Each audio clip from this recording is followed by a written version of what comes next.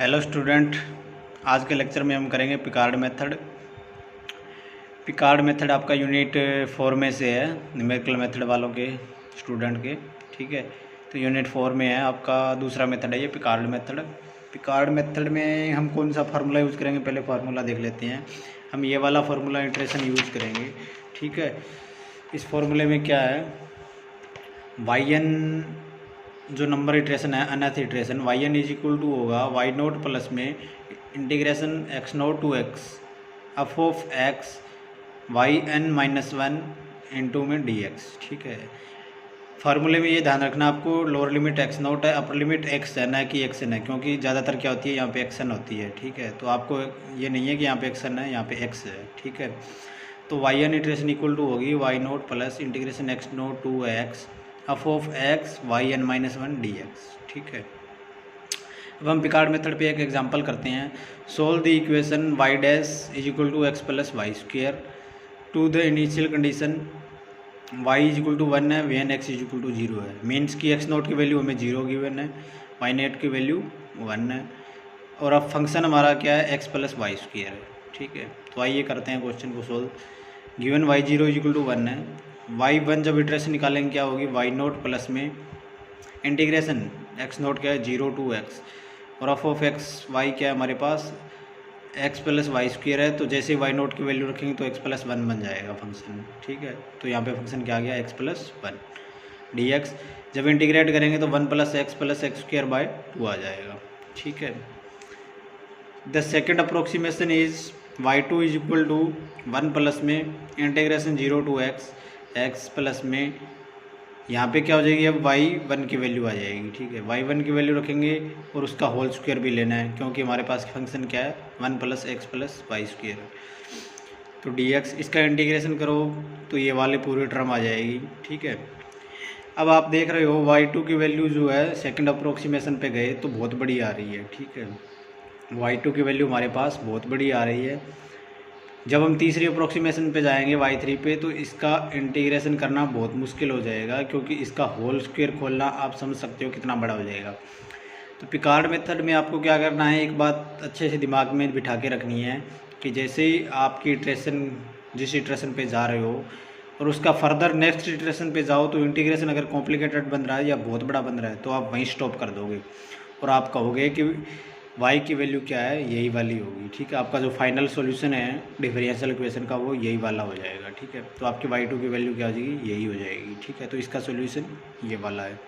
ठीक है, ऐसे ही हम एक एग्जांपल और लेते हैं इसके बेस पे। ठीक है, एग्जांपल देखिए, बुक का एग्जांपल है, एग्जांपल नंबर 8.4। डी वाई और d x x square by में वाई स्क्वायर प्लस वन है, वाई जीरो है, वी एन एक्स जीरो, यानी कि वाई नोट की वैल्यू जीरो गिवन है, एक्स नोट जीरो है। हमें वैल्यूज निकालनी है, y is equal to find करना है एक्स किसके लिए, 0.25, 0.5 एंड एक्स वन के लिए। ठीक है, तो हम सबसे पहले वाई नोट निकालेंगे, वाई जीरो मतलब वाई वन इटरेशन जो है, वाई जीरो हमारे पास जीरो गिवन है, y one iteration equal to हो जाएगी फार्मूले से इंटीग्रेशन जीरो टू एक्स, और एफ ऑफ एक्स में क्या रखना है, वाई को जीरो। जैसे वाई को जीरो रखेंगे तो एक्स स्क्वायर हो जाएगा इंटीग्रेशन। ठीक है, तो हमारा इंटीग्रेशन क्या बन गया, एक्स स्क्वायर। ठीक है, x square into x cube by three हो जाएगा। ठीक है, तो हमारे पास वाई वन क्या आ गया, एक्स क्यूब बाई में थ्री। अब ऐसा ही हमें वैल्यू निकालनी है कि इसकी वाई टू सेकेंड इटरेशन की। ठीक है, जैसे ही हम सेकेंड इटरेशन निकालेंगे तो हमारे पास क्या आ जाएगा, integration zero to x square divide by में वाई का होल स्क्वायर। वाई का होल स्क्वायर करेंगे तो एक्स की 6/9 हो जाएगा। ठीक है, प्लस में वन डी एक्स, और इसका इंटीग्रेशन हम जानते हैं क्योंकि one by one plus x square का इंटीग्रेशन क्या होता है, tan इनवर्स एक्स। तो इसका इंटीग्रेशन क्या हो जाएगा, tan inverse one by three x cube. ठीक है, क्योंकि ये one by one plus x square form का है जिसका इंटीग्रेशन tan इनवर्स से होता है, तो इसका इंटीग्रेशन क्या बनेगा जी, tan inverse one by three x cube.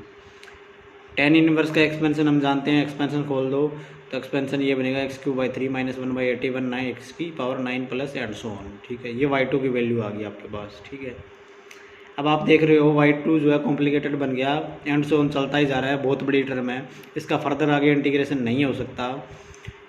तो हम क्या करेंगे, यहीं स्टॉप करेंगे। पिकार्ड मेथड में यही खास बात है कि जहाँ कॉम्प्लीमेंटेड बन जाती है टर्म वहाँ पे स्टॉप कर देते हैं। तो y की वैल्यू अपने पास ये हो गई। अब हमें वैल्यू निकालनी है y 0.25 की, तो रख दो y के अंदर x की वैल्यू 0.25। हम यहाँ पे सेकंड टर्म को नहीं ले रहे, x की 9/81, और इससे आगे जो टर्म आएगी उनको भी नहीं ले रहा मैं, क्योंकि इनकी वैल्यू जो है बहुत स्मॉल हो जाएगी, क्योंकि x हमारा पहले ही ऑलरेडी 0.25 है और इसकी पावर 9 करेंगे तो बहुत स्मॉल क्वांटिटी हो जाएगी, इसलिए हम इसको इग्नोर कर सकते हैं। ठीक है, तो हम जनरली y की वैल्यू क्या आ रही है 0.005, 0.5 पे कैलकुलेट करूँगा तो 0.042। अब इसमें देखिए जब हम y 1 पे निकाल रहे हैं तो इसने इग्नोर नहीं किया सेकंड टर्म को, क्योंकि 1 एक बड़ी क्वांटिटी है। तो जब बड़ी क्वांटिटी होगी तो हम x की 9/81 को लेके चलेंगे, तो इसकी वैल्यू आएगी 0.321। तो हमें ये तीनों वैल्यूज़ कैलकुलेट करनी थी। ठीक है, पिकार्ड मेथड यूजिंग। तो हमने 2 एग्जांपल किए हैं, आई थिंक आपको हेल्पफुल होंगे। Thank you friends.